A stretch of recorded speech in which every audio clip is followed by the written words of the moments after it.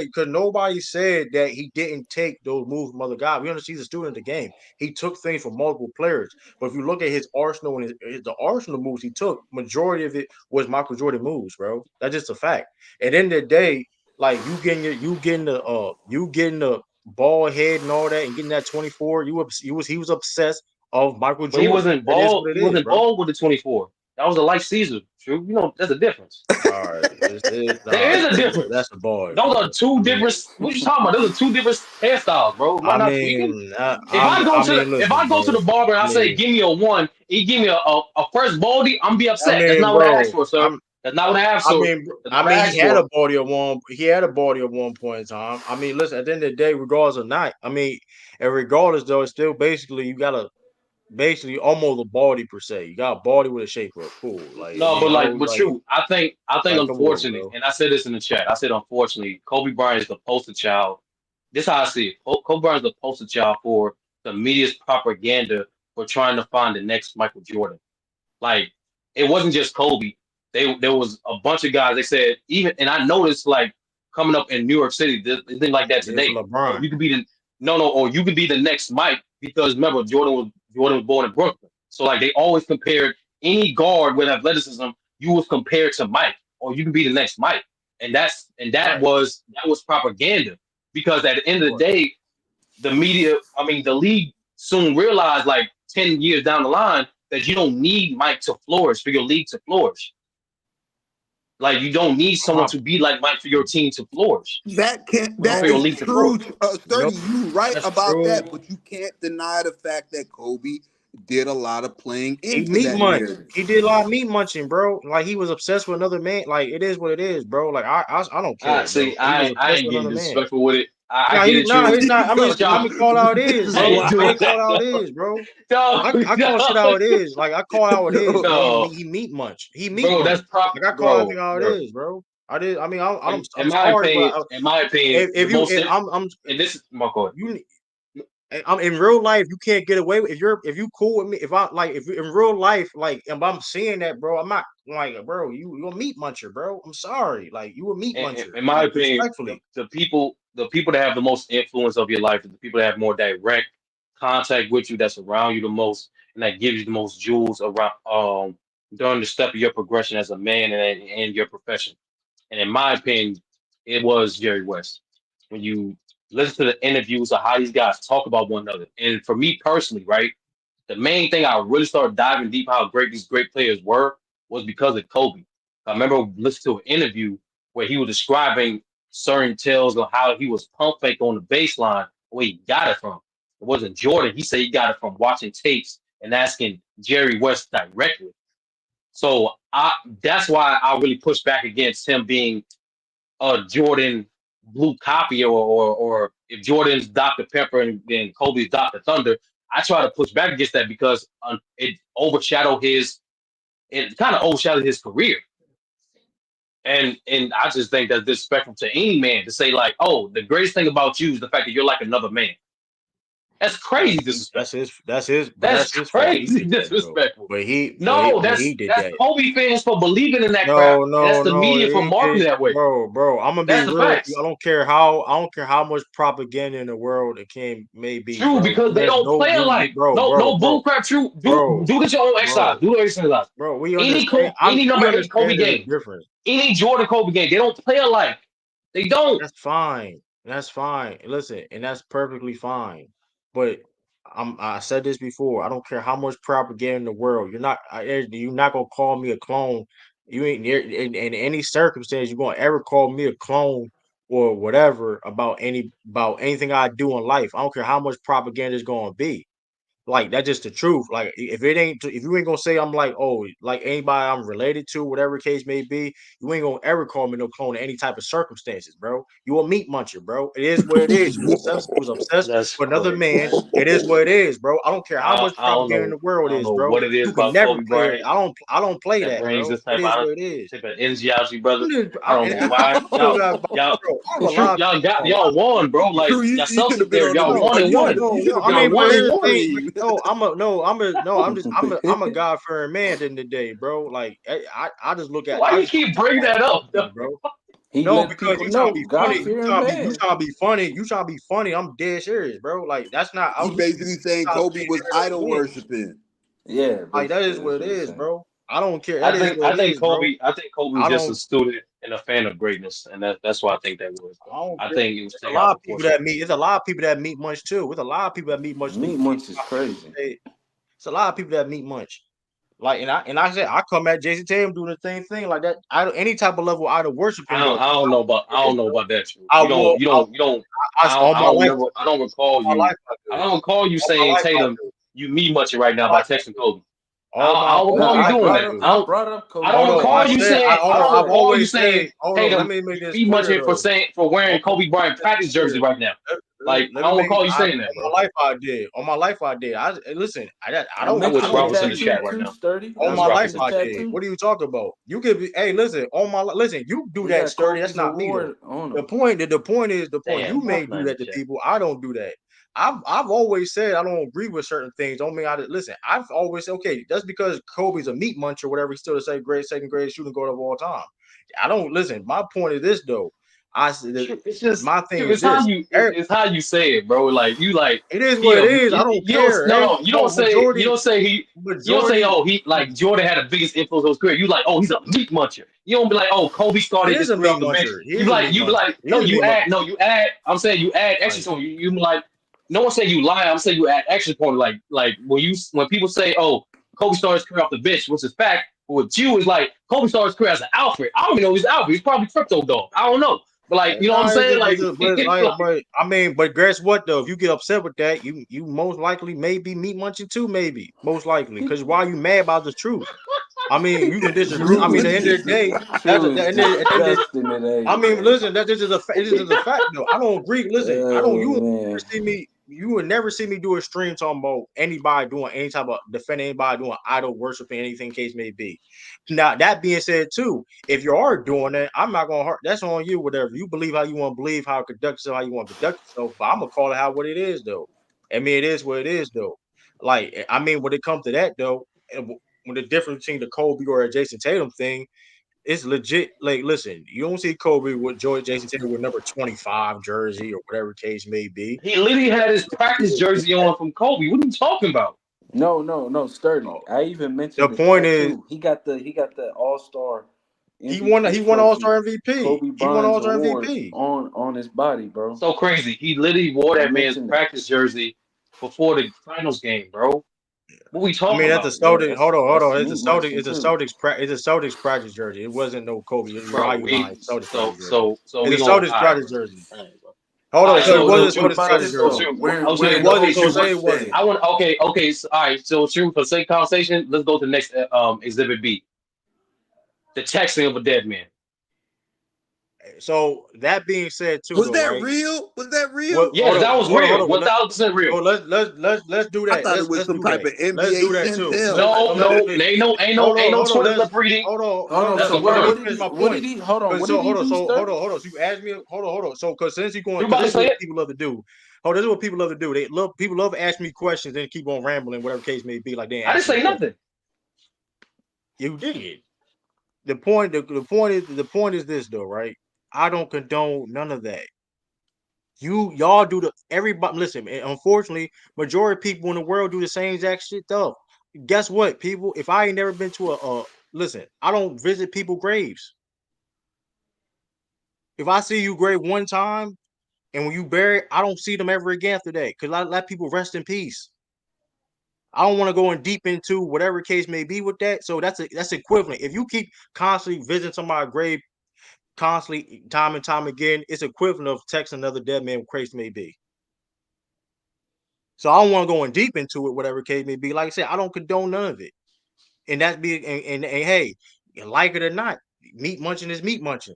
And it is what it is, bro. It's different levels of it, whatever case may be. But listen, I don't agree with it in the day. I have my opinions on it. It is what it is. So like that's because, but like people, we can't pick and choose at the same time either, though. So what's the difference between you harping on? Because at the end of the day, if you harping on somebody dead man, harping on somebody dead man, yes or no? Yeah, that's wild. That's wild, man. I'm just saying, if I see somebody loved one go away, and I see them rest in peace, whatever, I see they're great. Hey, I'm gonna show my respects. I'm gonna see them, and hey, what's the difference? Let them rest in peace. You harping on another dead man, any type of degree is still bad, whatever case may be. So what's the difference? Come on now. Like, but hey, that's just my beliefs at the end of the day. I don't really. I mean, y'all take it how y'all want to take it. Outside of that, I would say Kobe Bryant kind of played in. Even if you think, Sturdy, that it was a media driven narrative about Kobe emulating Mike Jordan, you gotta admit, bro, to a degree, Kobe Bryant played into that. Man, signed with Nike. He signed with Nike. Early on in his career. Bro, just because you signed with Nike, bro, I'm not even take the Nike deal out of it. Take the Nike deal out of it. Like just outside of that, he played into it. You know what I mean? Yeah, true is nasty that because he know signed with Kobe had a Nike. He deal. signed with Reebok. Kobe had a deal before that. Yeah, Kobe had a deal before that case. He could have signed Reebok. We ain't doing that, bro. He could have signed Reebok. We ain't doing this again. He could have signed with Reebok. He could have signed with Reebok. We're not doing that. That's before he did. True is omitted. Key details, bro. When he I didn't. No, I didn't. Actually, he got dropped from Adidas. He could have went to Reebok. Why he didn't go to Reebok? He went to Nike. True. Come on now, we ain't doing that. Reebok we ain't or doing Nike? That, bro. What? What you mean? Hold up, we're not gonna act like it wasn't no cold Reeboks. AI said like we're not gonna act like nobody was part of Reebok. All right. Don Kemp had some cold Reeboks. LeBron, you do realize? Don't play this niggas. Don't. Hold on. No, and you had the G units at the you had Reebok with Pop at the time. You had and then you had the hold on, and then let's not forget. True, I already know about the Reebok game, bro. I had paid mention, bro. I know about the Reebok game, bro. But hold up, but also go into it too. About when he got dropped from Adidas, let's not forget too. Who was the second in line about to sign LeBron? Who was second? It was Reebok. Reebok was like if Nike didn't sign, Reebok would have signed him. So it's like that being said, Reebok had motion at the time. Let's not do what's up, shout out to him. Let's not act like they didn't have motion. So why he chose Nike? Because you know what I mean. Hey, I want to be like Mike. You know what I mean? Whatever. Listen, it is what it is. I guess. Hey, man. Listen, man. I'm just saying, bro. I'm just providing balance to the universe. True. That's all I'm doing. You didn't show the clip of Kobe Bryant saying Magic Johnson was his favorite player coming up. You didn't show. I didn't know it was a clip. You didn't show. I told you I put it in Discord. It's right there. What is it there? That's not the point. I told you. You didn't show Moose the graphic of Rudy Gobert actually doing a great job on Jokers in the playoffs, which didn't matter because, like you illustrated before, DPOY go to regular season performances. But I'm just trying to provide balance to the universe because whenever we do this Tim Duncan versus Kobe Bryant stream, I already know it's gonna get nasty with you when it comes to Kobe, but like I just want to still remind the people how great these players are. And just a heads up, there's a lot of things, Tim. Like real talk and true. Shout out to you because you said this perfectly. Tim Duncan just need to pop out show niggas. Like he just need that one space, like Sean Marion, to let niggas know what he actually did. Like I'm being real, y'all. Like highly underrated. Yo, the stuff that's reminding myself of. And guess it's like and Jordan it's nasty, and Tim Duncan didn't like Jordan. And I think if I'm not mistaken, Tim Duncan didn't like Jordan. He said it since his rookie year. He like I don't get, bro. I don't see the glow. I don't fear no man, bro. Exactly, man. That's what I'm saying. Hey, and listen, I keep it. All I'm saying, I keep it consistent, bro. And listen, other people just worse than others at the end of the day. I don't know none. You don't see me. My fault. That. And that's another thing too. Hold on. Out of all these quote unquote meat munchers that have the same story about Jordan, when I first see Jordan, it's like meeting Rick James on the Dave Spell skit. You see that aura, you see that glow. But the one nigga at the age of 18 was like, I don't see none of that, nigga. You have to show me. Which is Kobe. Apparently, he get the label of the biggest meat muncher.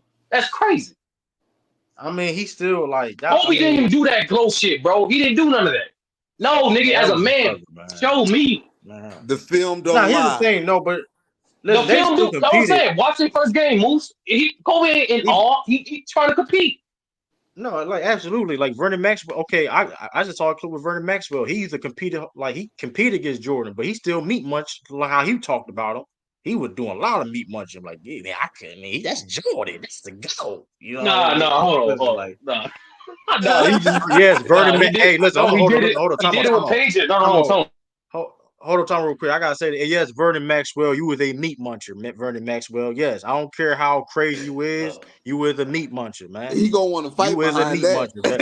Hey, listen, Vernon is Maxwell, actually you nigga was to a smack meat the hell out muncher. of him. He don't care how famous he is. He would have beat you up. He gonna smack it. He actually got suspended. He's a meat But also, muncher. no, Vernon actually got suspended for going to the stands and smacking the fan, bro. It wasn't Ron Artest was the first nigga to do that.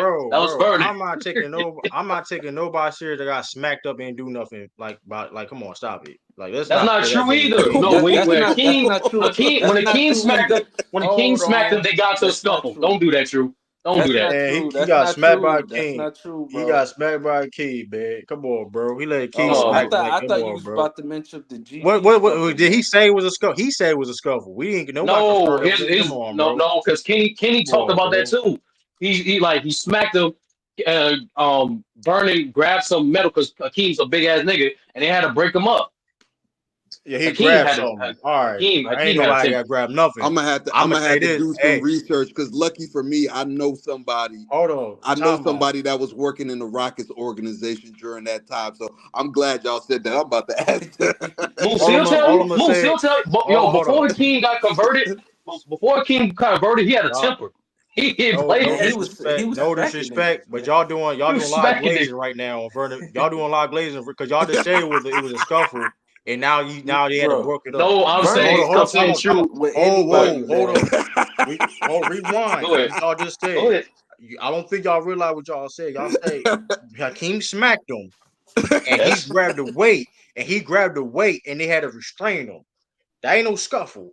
He got smacked. He ain't do nothing. That's what happened. Wait, how you ain't do nothing? How you ain't do nothing? He ain't do nothing. They not about to let him hurt the star players. Yeah, that's what I'm saying. You hear me? Hold on, Moose. You trying to tell me? So y'all trying to tell me okay? You getting smacked? I don't care. Listen, I'm waiting my time. I'm cool. All right, cool. I'm not going to sleep. I can't sleep that night. All right, cool. I can't sleep that night. All right, cool. I can't go to sleep, bro. I'm saying that game, bro. To get back to the original point, when you listen to how Vernon talks about great scores at that time, that's kind of how he talks about them. If you don't believe me, listen to how he talked about Paige and Stojakovic at that time. He glazed too. Same mannerism. All he said was Rudy T matched my minutes with his minutes because just like any great scorer, once you get going, it's hard to stop him. How's that glaze? And first of all, and true, you want a story of the game. Paige is like the number one nigga you can talk about like that. Paige was the original microwave, bro. European microwave. I respect to I feel though. I'm gonna like, come on, bro. Paige was like that. He a glazer, man. He look like OG Percy, man. Get out of here with that, man. That man look like OG Percy out here, man. Come on, bro. Right. I'm just saying, he a meat muncher too. Like I keep the same energy, bro. I don't care. I don't care if you a role player or I don't care if you a role player. I don't care you a role player, you alive or whatever, or all whatever case may be. I call it how it is, bro. He ain't got no picks.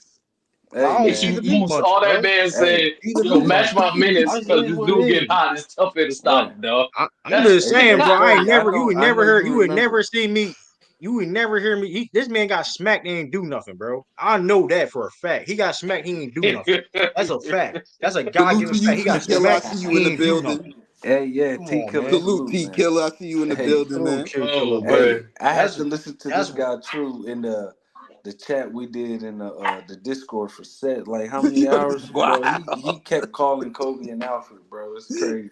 Ooh, I'm just saying, man. I like the energy. I like the energy. I'm just saying, like I call down the middle, bro. Like I said, I didn't believe him at first. You need to run this back, Sturdy. I think True Deuce have a bias towards Kobe. I ain't believe the Kobe fans at first, bro. No, I mean I'm biased on. I'm biased on meat munching, bro. I'm biased on meat munching, bro. I don't agree with a lot of different things. Listen, bro, I'm not. You can't tell me like I don't care about like. I'm not like texting people texting people when they did or whatever. That's all the same to me, bro. Like I don't, and it's meat munching. It is what it is. So Like you I don't. agree It that is your what it boy is. meat munching, right? Yeah, he You agree. said it. To a certain, it's different. It's Depends. certain degree. I'm believe It is certain bit. levels. It That's the same is degree. certain. It is certain levels. But this is my thing too, though. The same people that criticize them do the same type of stuff too, though. So it's like it is what it is. Like I don't. I mean, it is what it is. When, like for example, that's equivalent of these people. I'm gonna say names because since I'm on that type of time. You got people like Go to Mingle the big testing screen. people. Go to the big You got screen. people. You got people. You Yo, got Moose Go is to listen. the big Moose screen. You got nasty, people. dog. And you got these becoming Kobe the fans on instigator. here. No Look at him. disrespect. No disrespect. When you got Mingle Jester and other people come here to debate about Kobe Bryant, that's the same level of Jason Tatum texting Kobe when he passed away. It's the same thing. What's the difference? You didn't even know. And here's the thing: he knew Kobe though. Y'all don't know Kobe. You put all this energy cussing people out on Kobe Bryant. Y'all don't even know the dude. So what's the difference? What's the difference? Crashing out like, come on, stop it, bro. What's the difference? So crazy. What's the difference? So crazy. You was there. You was there. I'm just saying, like, I keep the same energy, Your bro. stream? Like, You it is talking what about it your is. stream? That or being the said, chat that in the exactly. Discord? That being, I'm just saying though, bro. All I'm saying is though, listen. I did agree. Like, you I ain't. did agree. He was he didn't come I'm in as just the saying, guy. bro. I'm I sorry said I call people names, but it's not. It wasn't just me. It was other people too. Shout out to George. I said, listen, it is what it is though. Even Damn, you gonna throw besides it that straight at though. George, bro? George But ain't no, doing nothing right now. no, but besides that though, there's a lot of people out there that would do the same thing Kobe Bryant do. Cause to my point, I'm No, not listen. that's what I'm saying. That home. That's the main thing, True. No, bro. That's been my main saying to these Kobe fans, bro. Y'all ain't nothing like Kobe Bryant was as a player. And that's another thing too. I think you conflate how the Kobe Bryant fan is versus Kobe Bryant is as a player.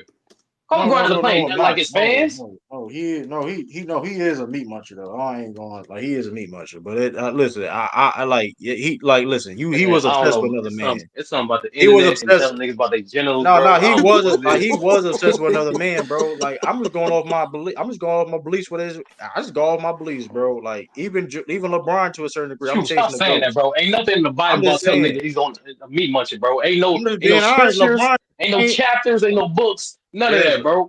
idol worshiping is not idol worshiping is a real thing. That's not. I'm If talking you about condone that, I'm it's talking up about to the you. term. I'm talking about the term meat munching, but like we ain't got to get into that, bro. Come I on. mean, idol worshiping is meat munching. That's my term of meat. It's the term meat munching. You idol worshiping, you basically meat munching. Basically, what's the difference? What's the difference? I mean, I'm just saying, man. I don't know, man. Like I said, man, it is what it is. Like I ain't. Kobe, True, you listen, bro. on one today, man. You Yo, on Kobe's a one, great bro. player. I like Bro, this coming true. soon. Coming Yeah, soon. Coming keep that soon. same I energy. promise y'all, we're gonna have Tim Duncan versus Kobe Bryant stream. It's gonna be this week. That's We got it's gonna get nasty too, man. It's gonna get crazy on that one. Hey, stop saying meat. Hey, listen, I can't say the other word. Now yeah, if you mad we if gonna I said keep it other PG words, as I get We mad. possible. gonna keep We it gonna keep it as PG, man. PG as possible. We're gonna try to keep this PG. outside of this, it ain't crashing out because it's just the beliefs is the truth. Like you DE, listen, it's a lot. Listen, DE activity. I ain't talking Delaware. It's a lot of DE activity when it comes to these sports. Listen, now I can change it up. I can change it True, up, you is and I What don't up, care. Delaware? I crazy, don't bro. care. I don't care if you alive. I don't care if you alive or not alive. How old you is? You a superstar, Hall of Famer, or a role player like a Vernon Maxwell? I don't care. Hold on. You I don't get it though. start How did he meet Munch? What did he do? he started glazing. He started glazing Jordan and Pet like how he. Oh man, Jordan! I used to love play Jordan. Boy, I tell you, boy, I used to love play. I used to like. Come on, bro. Like stop it, bro. I stand. Listen, bro. Oh man, this The guy game ain't True, that deep, man. bro. True, The you game ain't that hilarious. deep, bro. The game ain't that deep, bro. Like, come on, bro. You start overrating your Bro, era. bro. That's how that bro came So out you saying the whole panel on NBA TV was meet Munch and Jordan then? Because they said the same thing. How they played Absolutely, against them. absolutely to a certain All of degree. them. Remember I that gotta show I gotta Open Court? I think it was say called Larry Open Bird, Court. Larry Yeah, Bird, they were Yeah, all on talking court. about Jordan it. Jesus. I'm consistent on this, bro. Meet DE activity. I can say that ain't crashing out. I can't crash out saying the facts that it needs to be said and needs to be talked about. Exact. Shout out to man. Shout out to Real Raw. Yeah, RJD podcast. I agree, man. Shout out to Real. Shout out to Real. Shout out to. How does it? First of all, an hour that's a lie. I have not. It was It's at been like least 30 minutes. I think it was 30 minutes. It's definitely 30 minutes. Definitely an episode and of whoever said that we mentioned that one brother, we didn't mention him the whole stream, bro. You need to chill. I'm just saying though, man. Like it is what it is. I could have now if I said other word, I wouldn't have to say that other meat much and all that a bunch of times. I would have made my point. But yeah, you would have just said it once. It is what it is. But hey, I gotta be hurt. Listen, it's just a fact though. Like people, it's a bunch of people. I may do it. Like I get into that. It is what it is though. A lot of people do it though. I don't. Listen.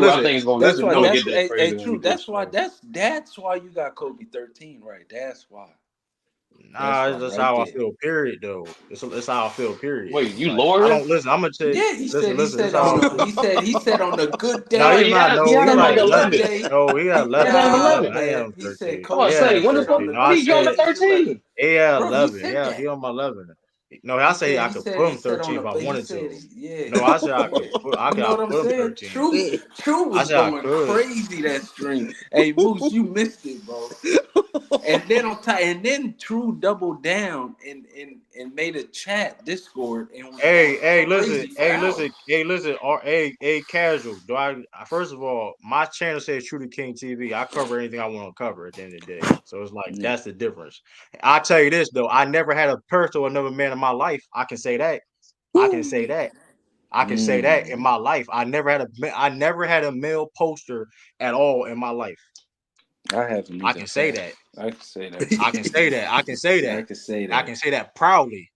We can have a real conversation. This is a whole nother time. We couldn't do that. I don't think. Hold on. That's a fact. I never had that. Hold on, sir. You better tell him. Sir, you better tell him. We can have a real conversation about this. You gotta have a female too. You gotta have females most of the but like, I don't count cartoons. Like I had a Boondocks poster, but I don't count. Yeah, cartoon, little anime. Hey, listen. Afro Samurai, that don't count. You know what I'm saying? Hey, y'all wild, man. Y'all wild. Hey, my channel was called True to King TV, not Celtics TV.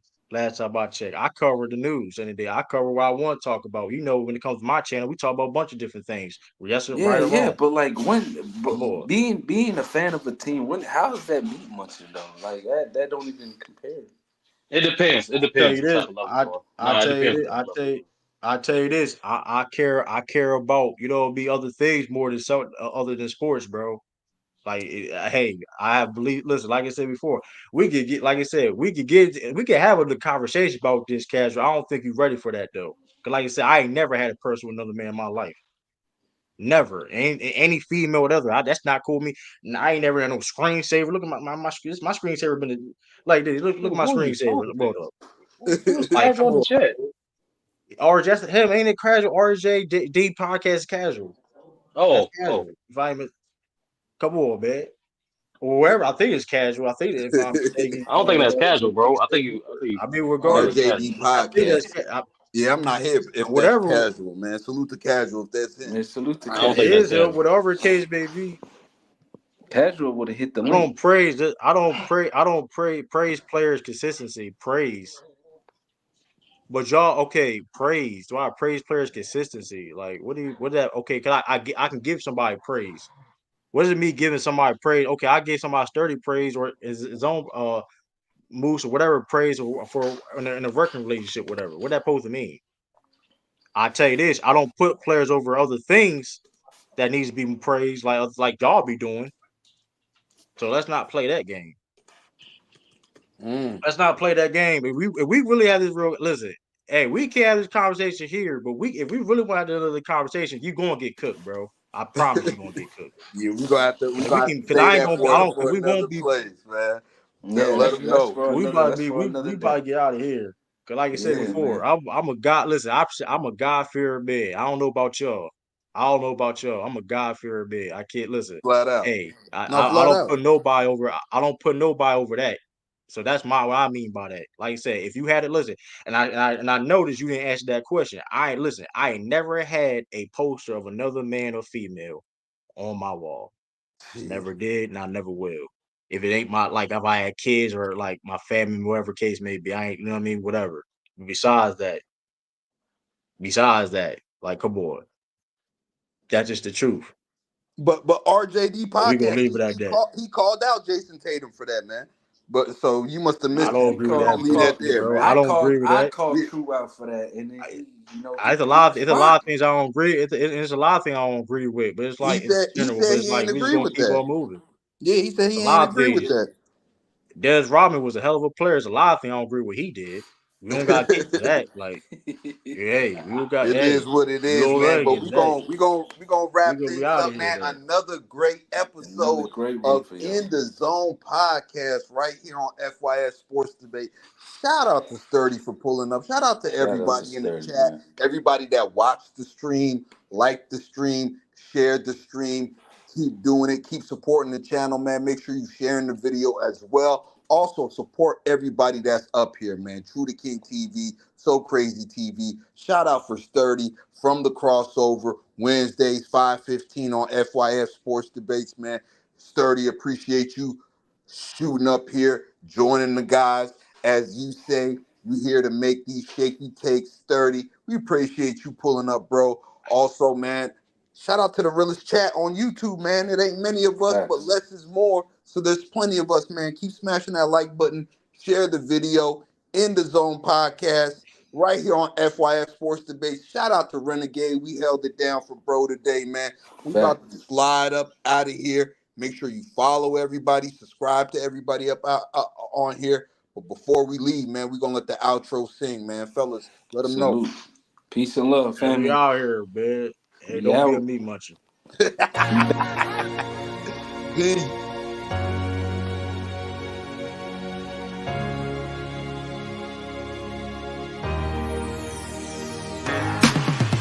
I'm up at the break of dawn. Gotta keep it moving, got my A-game face on. No time to waste, cause time marches on. Gotta get in the game. It's the only way to win something. It's the only way to win something. It's the only way to win something. It's the only way to win something. Yeah.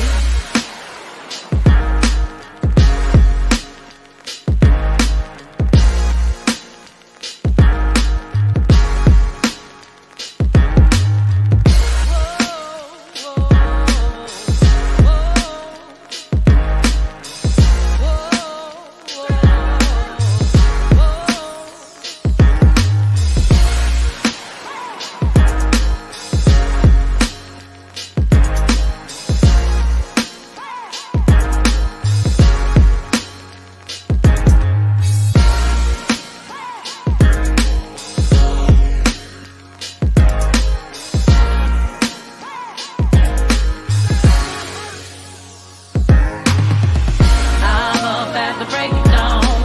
Gotta keep it moving, got my A-game face on. No time to waste, cause time marches on. Gotta get in the game. It's the only way to win something. It's the only way to win something. It's the only way to win something.